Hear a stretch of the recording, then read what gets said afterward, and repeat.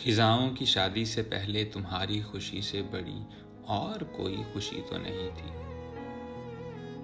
तुम्हारे गमों से बड़ा और गम भी नहीं था। सो गहरी उदासी की शादी खिजाओं से जब से हुई है, मुझे अब तुम्हारी कोई भी खुशी देखने को नहीं मिल सकी। और तुम गम की सूरत ना जाने कहां से यहां आ गई हो मुसलसल, मगर इस तरह से नहीं जिस तरह से यहां थी खिजाओं की शादी से पहले।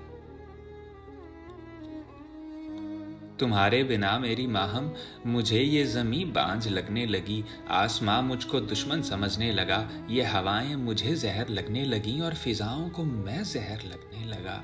मेरी माहम तुम्हारे बिना मुझको अपनी ही सूरत से घिना रही है, मुझे अपनी बातों पे गुस्सा है, अपनी ही आंखों से नफरत हुए जा रही है, मुझे अपनी सांसों से उलझन, मैं अपनी समात पे पछता रहा हूँ। मुझे अपने बाजू जो हैं तो सही पर कटे लग रहे हैं, मुझे अपने पैरों पे ऐसे खड़े होना शर्मिंदगी लग रहा है तुम्हारे बिना मेरी माहम।